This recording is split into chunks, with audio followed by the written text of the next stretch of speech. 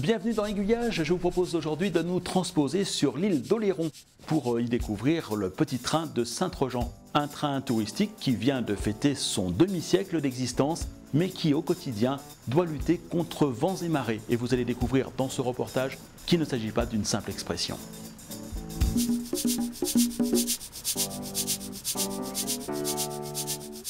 La gare de Saint-Trojan, où une rame vient de ramener des estivants en provenance de la plage. Le locotracteur numéro 7, l'un des 5 billards qui assure vaillamment l'essentiel du service depuis une bonne trentaine d'années, s'engage sur la voie de débord, puis dans le triangle de retournement qui lui permettra de se remettre dans le bon sens pour un nouveau départ.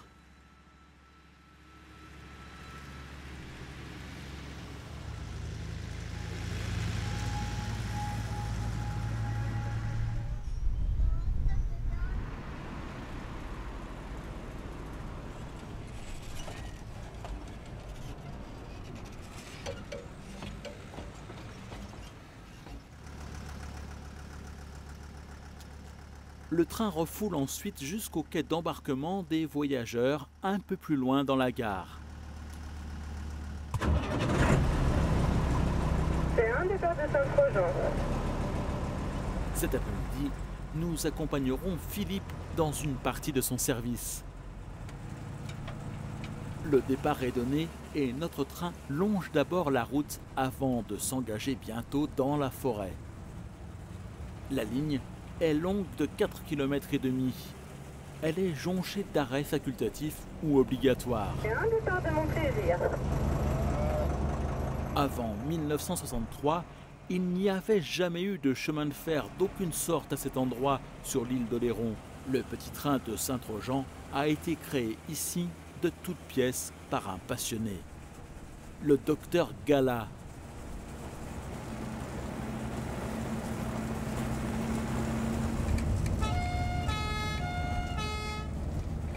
Au début, le projet était tout autre. Ce médecin militaire avait rêvé de voir circuler de nouveau le tramway de Royan qui avait fonctionné de 1890 à 1945. Or, la ville de Royan fut entièrement détruite dans un bombardement survenu les 14 et 15 avril 1945. Lorsque l'heure de la reconstruction fut venue, la décision fut prise de ne pas remettre en état les installations de l'ancien tramway et de remplacer celui-ci par d'autres moyens de transport jugés plus économiques alors. Philippe, tu peux avancer un petit peu ton train pour que je puisse passer, s'il te plaît? Oui, j'avance, mais ils sont en train de faire des manœuvres là, pour la planche.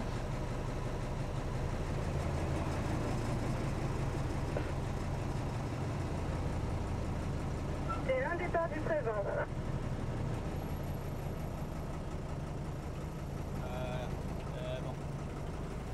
Voyant que la cause du tramway a été perdue sur le continent, Paul Gala émit alors l'idée de le transposer sur l'île d'Oléron, plus précisément à Saint-Trojan, où, à part des plages, des dunes et la forêt, il n'y avait, il faut bien l'avouer, pas grand-chose. Le maire de la commune étant à l'époque lui-même un passionné de train, les choses furent, comment dirais-je, grandement facilitées. Et c'est ainsi qu'en très peu de temps naquit, au début des années 60, la Société du tramway touristique de Saint-Trojan.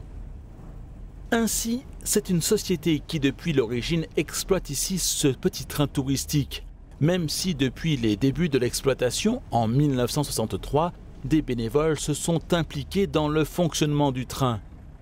Une association, l'Oléronaise de sauvegarde de véhicules ferroviaires, a même été créée en 1997.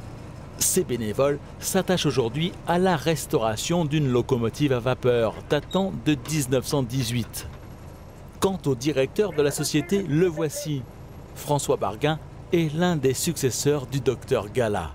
Le créateur du réseau, donc le docteur Paul Gala. Alors on dit docteur parce qu'en fait, avant d'exercer ses talents ici, il avait été médecin militaire dans la marine. Ouais. Et puis à l'âge de la retraite, parce qu'à l'époque on prenait la retraite relativement jeune, puisqu'il avait 50 ans quand il a pris sa retraite, il s'est dit je ne vais pas rester inactif. hein, et passionné de chemin de fer, puisque son grand-père et son père étaient eux-mêmes dans ingénieurs des chemins de fer, ses beaux-parents pareil, donc bien trempé dans le milieu comme on dit. Et puis à côté de ça, il avait connu le chemin de fer qu'il y avait donc sur le continent, dans la forêt de la Coubre, entre Royan et Roncesvalles. Un réseau qui marchait formidablement bien dans l'entre-deux-guerres. Beaucoup de succès. Et puis malheureusement, suite à la Seconde Guerre mondiale, Royan rayé de la carte, le réseau détruit pour partie. Donc quand il s'est penché en fait sur le projet, au départ, il voulait reconstruire le réseau de Royan. Ça n'a pas été possible. Donc en fait, il a basculé son projet ici. Et là, ça a été accepté facilement pour plusieurs raisons. La première, c'est que Saint-Trojan est une cité balnéaire, une station balnéaire. Il y avait déjà à l'époque énormément de monde à la plage de Getxo, là, qui est un petit peu plus haut. Et la municipalité rencontrait des problèmes parce que la route étant étroite, on ne pouvait pas l'élargir. Il y avait une circulation folle et ils se sont dit, ah bah tiens, s'il y a un chemin de fer qui s'installe, finalement, ça va délester un petit peu le trafic sur la route, ça va augmenter la sécurité, etc. Donc en fait, l'autorisation pour faire Saint-Trojan-Getxo a été obtenue relativement facilement avec l'appui, bien entendu, de la municipalité. Et après, l'année suivante, ils ont réussi à desservir la côte sauvage, donc cette plage de Maumusson, etc. Et là, depuis cette époque-là, le succès a toujours été au rendez-vous, puisque dès l'origine, c'est une société, hein, pas une association. Il y a eu une association aussi, hein, et puis depuis 50 ans, on transporte. Alors, il y a eu des années exceptionnelles, les années 70-80, là, c'était de la folie, beaucoup de monde transporté. Il y a eu un petit creux, ce qui est normal. Hein, et là, on stabilise entre 65 et 70 000 passagers, à peu près, hein, par saison. C'est un bon chiffre, effectivement. Alors nous, la saison, c'est 1er avril, fin septembre, début octobre, plus les vacances de tout ça. Voilà. C'est un des bords de Getxo. Là, ça fait un beau paysage. Là. Ah oui, c'est bien, hein.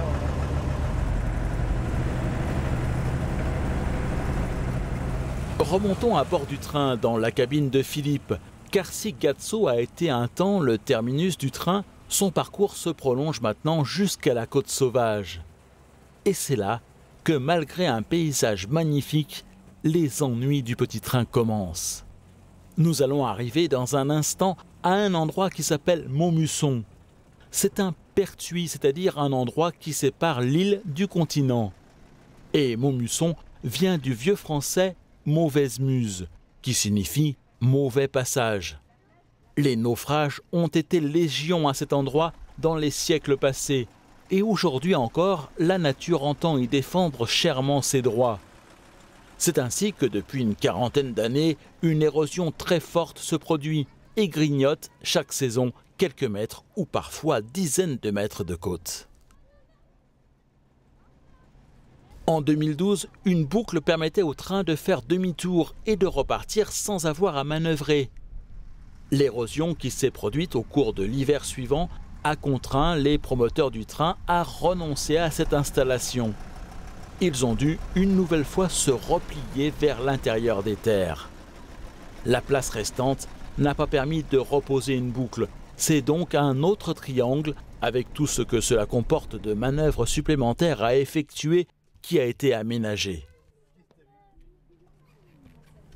Bonjour.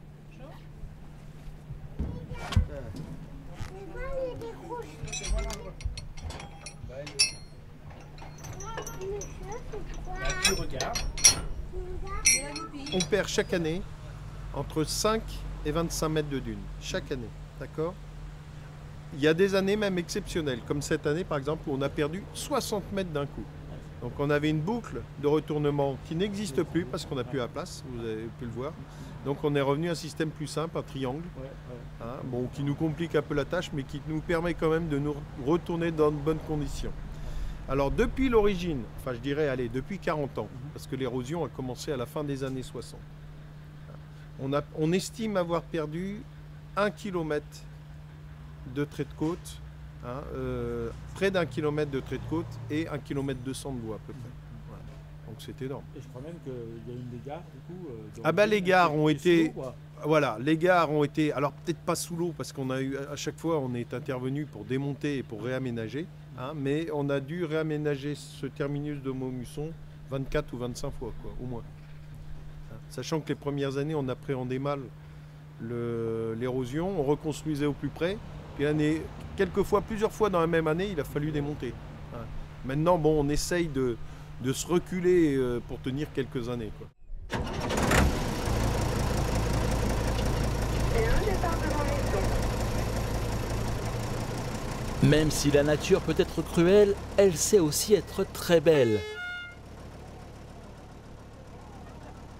Nous allons rester quelques instants à Maumusson pour profiter du spectacle de la mer et de l'air du large.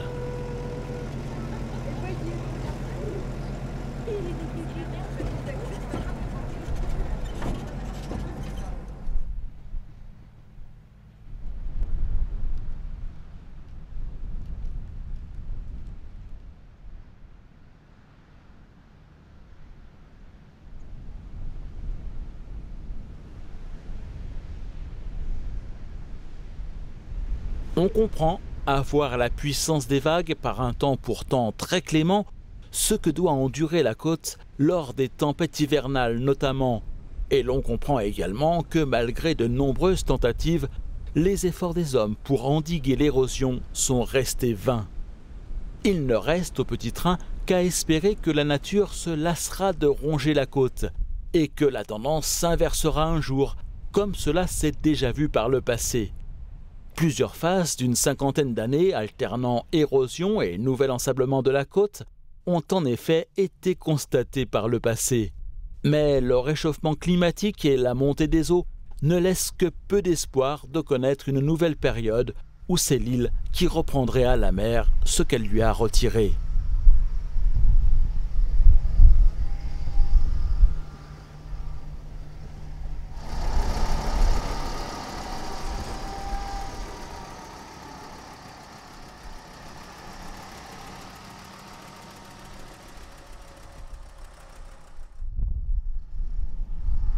Le locotracteur numéro 8 entre maintenant en gare. C'est un autre billard.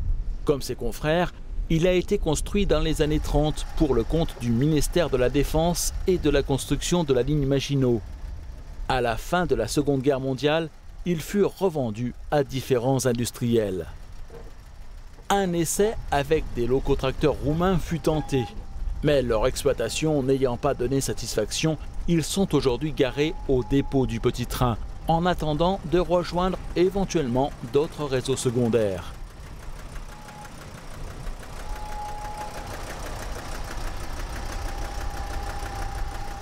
L'équipe de salariés en place à l'année est donc aux petits soins pour ces locotracteurs billards dont il convient de prolonger au maximum la durée de vie, faute de pouvoir les remplacer si facilement.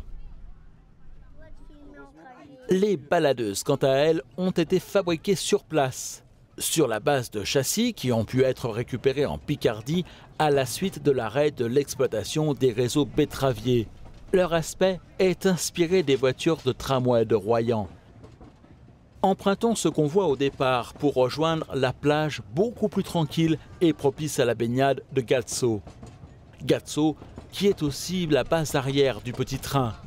Au moment de sa construction, à partir du début des années 60, il faut se souvenir que le pont routier qui relie l'île au continent n'existait pas. L'intégralité des tonnes de matériel nécessaires au démarrage du petit train fut donc transportée par le bac qui accostait précisément à Gatso. Il fallut par exemple faire venir plus de 7000 traverses du continent pour poser la voie. Au départ, essentiellement pour des questions de coût, celle-ci était relativement légère. Ce sont des coupons de voie de 12 à 18 kg par mètre qui furent posés. Ces premières rails ont été peu à peu remplacées par des coupons de 30 kg par mètre, permettant la circulation de convois plus lourds et présentant une bien meilleure résistance à l'usure.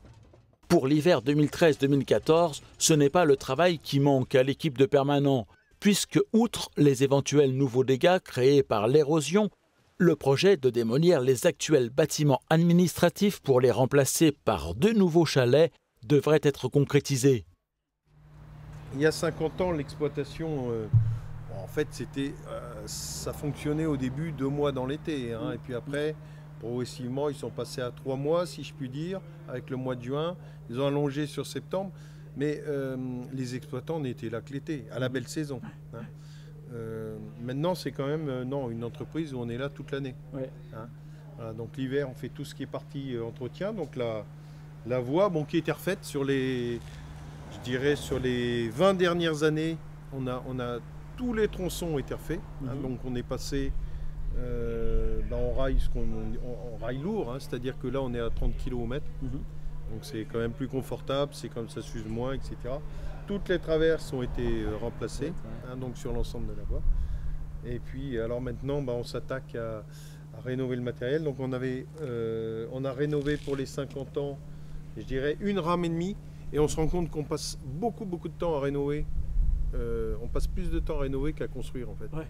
Parce que décaper des couches de peinture qui ont été passées pendant des années, sabler, passer l'eau, etc., décaper avec des produits chimiques, c'est difficile, hein, c'est des peintures qui tiennent quand même. Donc on passe beaucoup de temps, mais bon, on va y arriver. Voilà.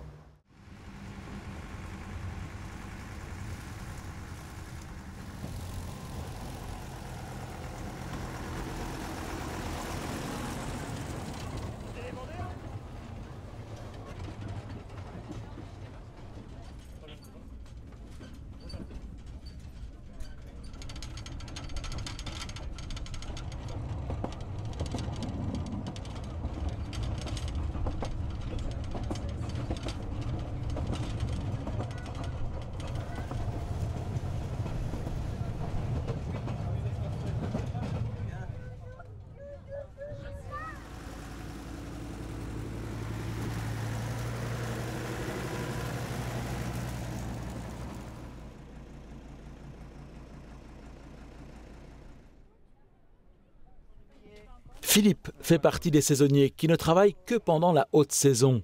Cela fait 4 ans qu'il est ainsi embauché chaque été. Il dit au début avoir envoyé sa candidature un peu par hasard, mais avoue très vite que sa passion pour le chemin de fer n'est peut-être pas tout à fait étrangère à l'affaire. La journée étant maintenant bien entamée, le moment est venu d'effectuer sa dernière rotation. Chacune d'elles dure environ 1h20. Et depuis 9h ce matin, Philippe en a réalisé quelques-unes. Mais ce n'est pas pour autant que nous dépasserons la vitesse réglementaire de 15 km/h.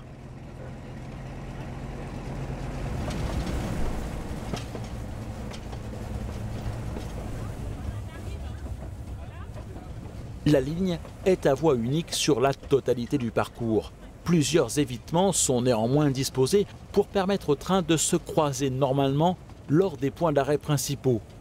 Mais en cas de retard de l'un des convois, il est possible d'organiser le croisement des trains en d'autres points de la ligne.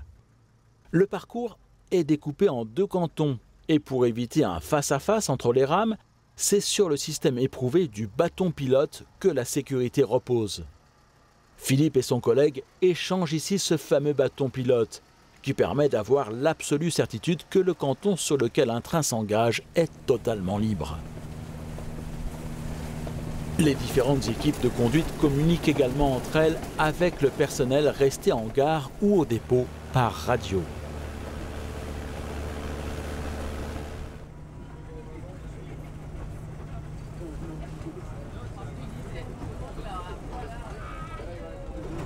Le soir, quand on débouche, on s'en va toujours en marche arrière. Ouais. Comme ça, on met le train, on recoule dans le dépôt.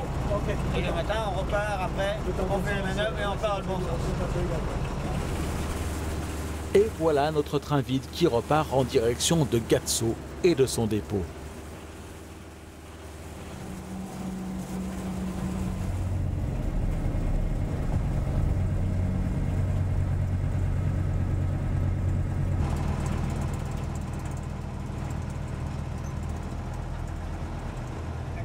Fait l'aiguillage à l'emplacement du T2.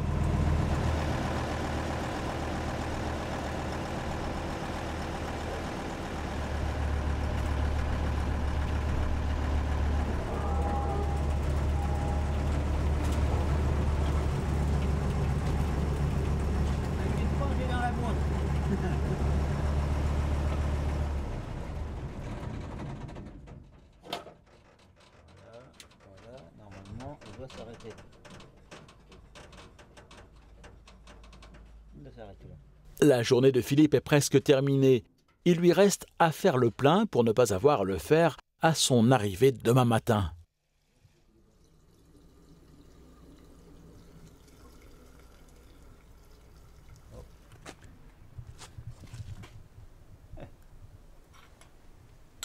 Impeccable.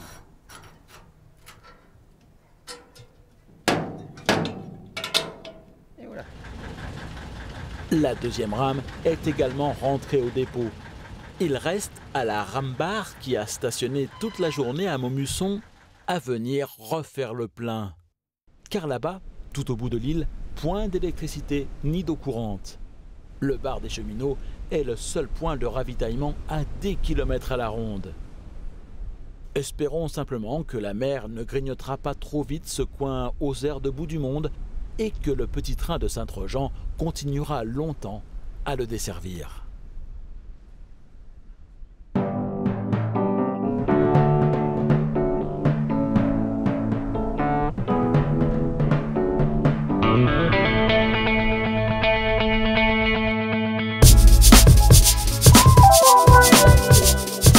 La semaine prochaine dans Aiguillage, du modélisme à l'échelle 0.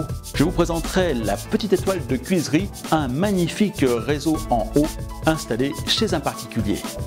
Vous êtes nouveau sur ce site? Soyez les bienvenus, pensez à vous abonner à la chaîne YouTube d'Aiguillage pour être certain de ne rater aucun des prochains épisodes. Aiguillage, c'est chaque semaine un reportage train touristique ou modélisme ferroviaire. Et puis si vous êtes sur Facebook, pensez à aimer, faire aimer et continuer à partager la page d'Aiguillage.